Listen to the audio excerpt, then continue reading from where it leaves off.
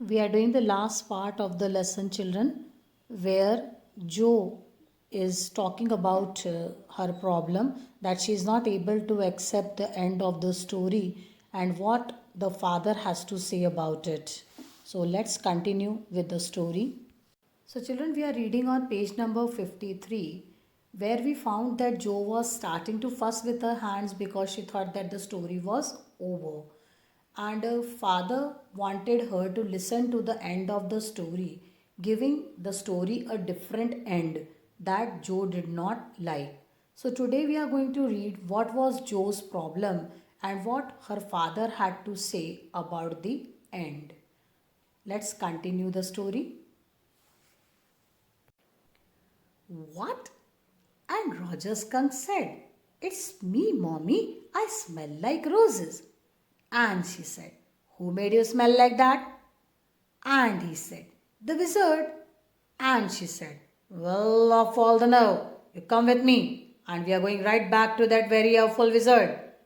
Jo sat up, her hands dabbling in the air with genuine fright because a 4-year-old girl children was not able to resist and digest this fact that the smell of the roses can be foul for the mother.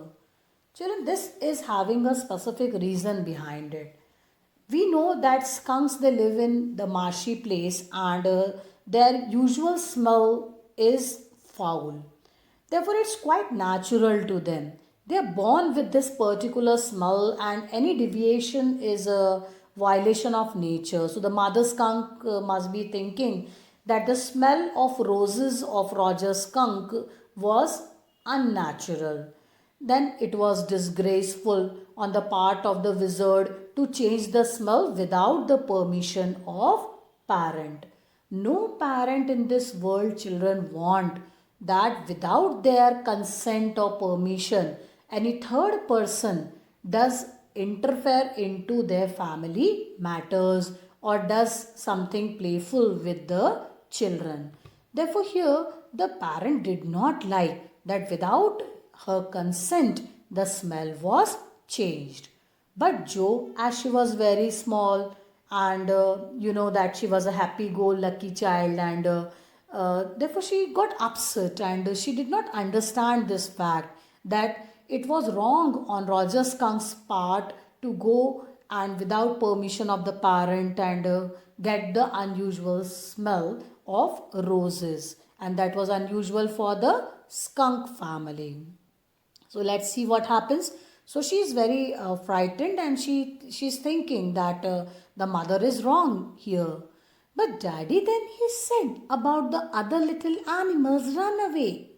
Her hand skittered off into the underbrush because she was excited and anxious about it to know that how can this be the end of the story. "All right," he said, "but mommy, all the other little animals run away." And she said, "I don't care. You smelled the way a little skunk should have, and I am going to take you right back to that wizard." And she took an umbrella and went back with Roger Skunk and hit that wizard right over the head. "No," Jo said, and put her hand out to touch his lips. Yet, even in her agitation, did not quite dare to stop the source of truth. Inspiration came to her. Then the wizard hit her on the head and did not chase that little skunk back. "No," he said. Why? As I told children, the parent, they would not agree to this, that without their consent somebody third is interfering into their family matter. Other person has nothing to do with what their usual smell is or whatever usual is happening in their family. Every family has its own principles and its own lifestyle and many things, and nobody else is allowed to interfere into the things that are their usual, and then they get accustomed to the things for years, and therefore anything unusual is not accepted by them. So here the father is supporting that idea, and he feels that Roger Skunk is wrong in getting the smell changed without the consent of the parent. And as I said that it's quite natural to have the smell good, and therefore the rose's smell was unusual to them. So, but the other little Amun, oh Amun, so she felt that the other animals would not play with the child anymore. Johnny, it's daddy's story. Shall daddy not tell you any more stories? Her broad face looked at him through sifted light, astounded. This is what happened then. Roger Skunk and his mommy went home and they heard woo woo woo, and it was the choo choo train bringing Daddy Skunk home from Boston. They had lima beans, celery liver, mashed potatoes, and pie. Oh my, for dessert. And when Roger Skunk was in bed, Mommy Skunk came up and hugged him and said he smelled like her little baby skunk again. And she loved him very much. And that's the end of the story. But Daddy, what? Then did the other little animals run away? No, because eventually they got used to the way he was and did not mind it at all.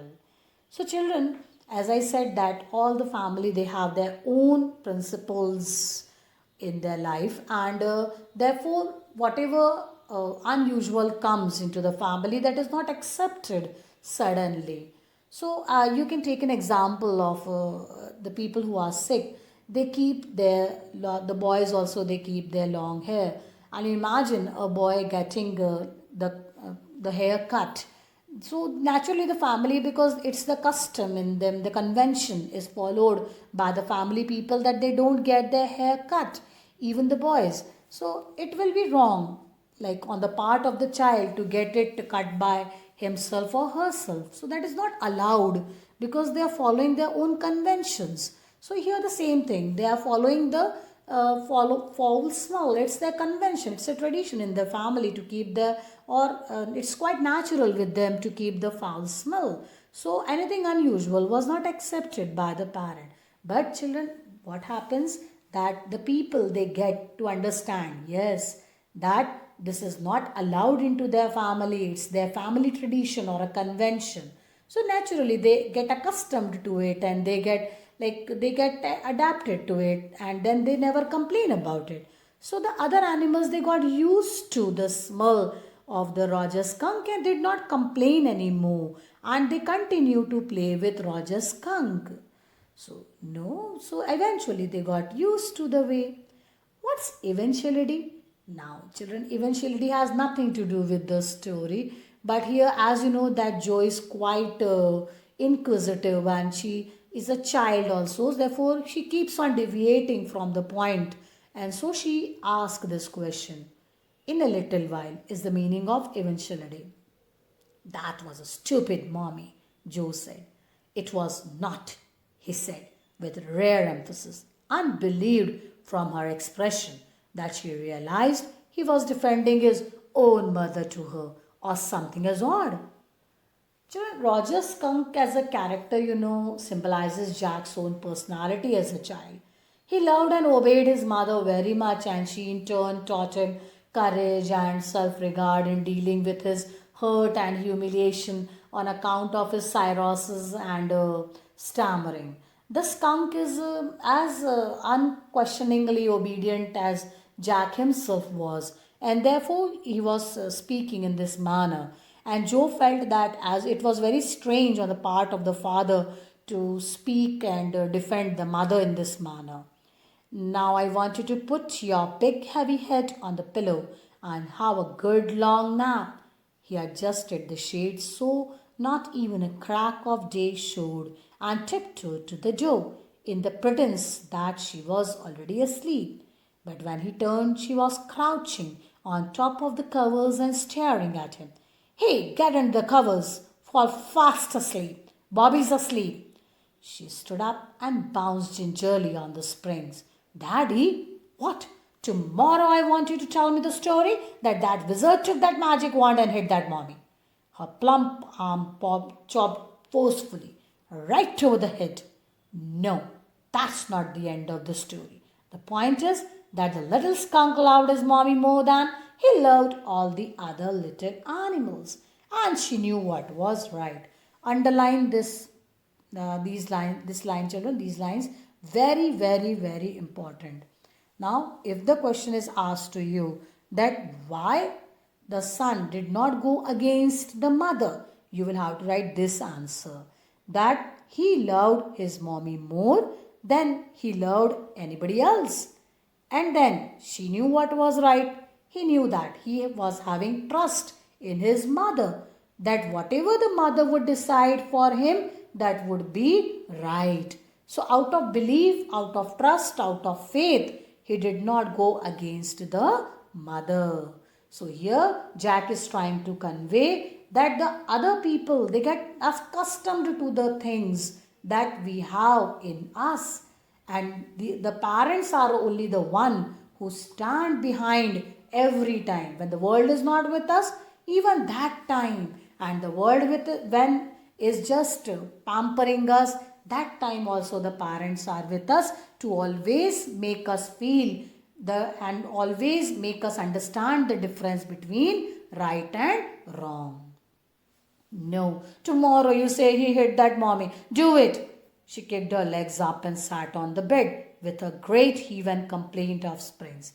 And she had done hundreds of times before. So many times before also she had done this. She was when she was not accepting the end of the story. Except that this time she did not laugh. Say, Daddy. So she was persuading her father to change the end of the story. Oh, well, we'll see. Now at least have a rest. Stay on the bed, you are a good girl. He closed the door and went downstairs. Claire had spread the newspapers, had opened the paint can, and wearing an old shirt of his on the top of her maternity smock, as she was 6 months pregnant. Last we had learned that she was carrying their third baby. Was stroking the chair rail with a dipped brush, so she was painting the living room furniture all alone. Above him, footsteps vibrated and called, Johnny, shall I come up there and spank you? The footsteps hesitated. That was a long story, Claire said. Now, Claire was not able to understand why he was not coming down. She was not able to understand that he was caught in a difficult situation when the daughter was not able to accept the end of the story. The poor kid, he answered, and with utter weariness watched his wife labor. Now, children, the sub-theme of the story is the tensed marital relationship between husband and wife. The wife was not able to understand the situation of the husband, that he wanted to make his daughter asleep and so that they could continue their work, and the husband was not able to understand the position of the wife, that she was 6 months pregnant and she was moving the heavy furniture. So he was tired now to see that now he will have to put in himself his efforts to help out his wife. The woodwork, a cage of moldings and rails and baseboard all round them was half old tan and half new ivory, means half painted and half non-painted. And he felt caught in an ugly middle position because he felt that will have to do now. He will have to help out. And though he as well felt his wife's presence in the cage with him, he did not want to speak with her, work with her, touch her, anything. So this suggests tensed marital relationship between husband and wife.